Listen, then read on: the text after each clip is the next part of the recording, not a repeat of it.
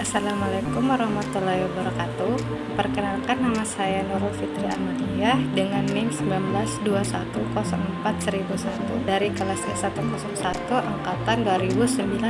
Kali ini saya akan membahas apa saja jenis-jenis organisasi yang terdapat dalam sebuah proyek dan apa saja kekurangan juga kelebihan yang dimiliki masing-masing organisasi tersebut. Membahas mengenai sebuah proyek, baik itu proyek konstruksi maupun proyek lainnya, kita pasti akan membutuhkan perencanaan dan juga pembagian tugas yang terstruktur untuk mengkoordinir pekerjaan yang ada agar dapat terselesaikan sesuai dengan waktu yang telah ditentukan. Nah, dari hal tersebut, maka dibentuklah beberapa organisasi yang menjadi wadah untuk merealisasikan tujuan tersebut. Dari pembahasan tadi, maka dapat disimpulkan bahwa pengertian organisasi sendiri yaitu suatu perkumpulan atau wadah bagi sekelompok orang yang bekerja sama dengan terstruktur untuk mencapai tujuan tertentu. Pada sebuah proyek pun tentunya memiliki organisasi-organisasi yang mengatur jalannya pekerjaan. Organisasi proyek sendiri berfungsi sebagai sarana dalam pencapaian tujuan dengan mengatur dan mengorganisasi sumber daya, tenaga kerja, material, peralatan, dan juga modal secara efektif dan efisien dengan menerapkan sistem manajemen sesuai kebutuhan proyek. Pemilihan organisasi proyek sendiri didasarkan atas tingkat kebutuhan dan kompleksitas proyek. Semakin kompleks proyek, maka semakin kompleks pula susunan organisasinya. Berikut beberapa macam-macam susunan organisasi yang terdapat dalam proyek. Yang pertama yaitu organisasi proyek fungsional, yang kedua organisasi proyek, yang terakhir organisasi matriks.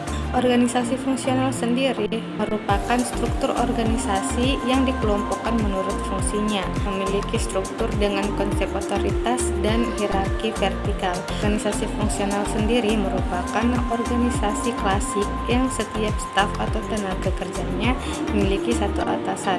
Adapun kelebihan dari organisasi proyek fungsional ini yang pertama yaitu adanya fleksibilitas yang tinggi dalam penggunaan dan pengendalian karyawan atau staf. Yang kedua, kemudahan pengawasan dan penyediaan karena setiap anggota atau staf hanya melapor ke satu pimpinan.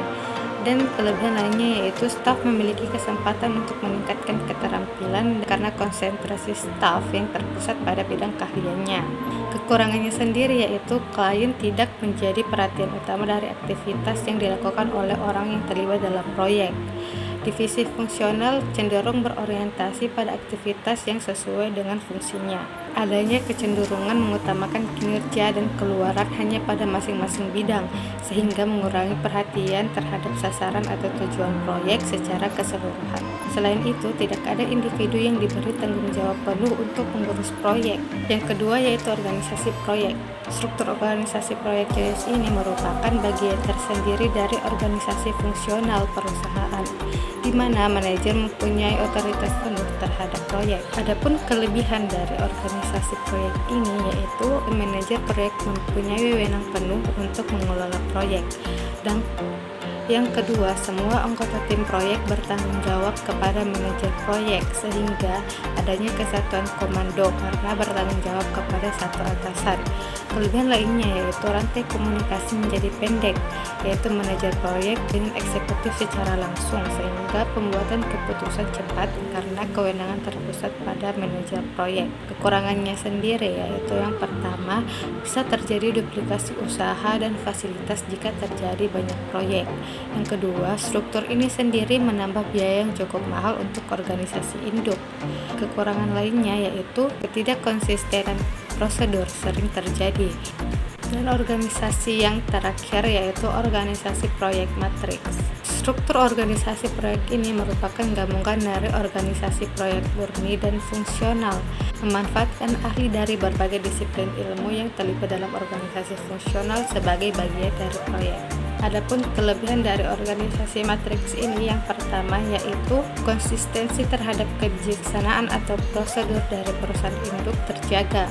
Yang kedua, mampu untuk mencapai tingkat organisasi yang diperlukan untuk menjawab tuntutan ganda dari lingkungan.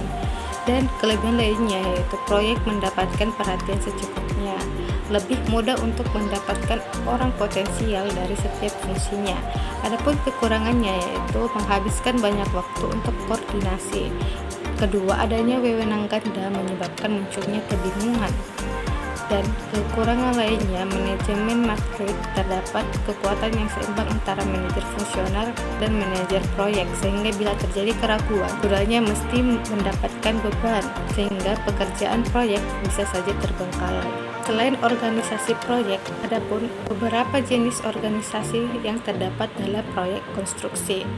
Nah, pada proyek konstruksi sendiri, khususnya bentuk organisasi dikaitkan dengan jenis kontrak yang berlaku pada pelaksanaan proyek antara pemberi tugas dengan pemberi jasa konstruksi atau kontraktor. Berikut organisasi-organisasi yang ada dalam proyek konstruksi. Yang pertama yaitu organisasi tradisional, organisasi pembangun pemilik, organisasi putar kunci atau turnkey project, dan yang terakhir organisasi manajemen konstruksi. Yang pertama yaitu organisasi tradisional. Dalam struktur organisasi ini, pihak pemilik akan mempekerjakan seorang pendesain dengan tugas merancang rencana dan spesifikasi proyek.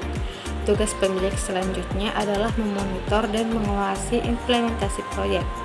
Kelebihan dari organisasi ini yaitu biaya yang dibutuhkan untuk pemeliharaannya tergolong murah. Juga pertanggungjawaban dari masing-masing tugas dapat diketahui dengan jelas. Selain itu, organisasi ini juga lebih fleksibel dan lebih mudah untuk anggaran dan biaya kontrolnya.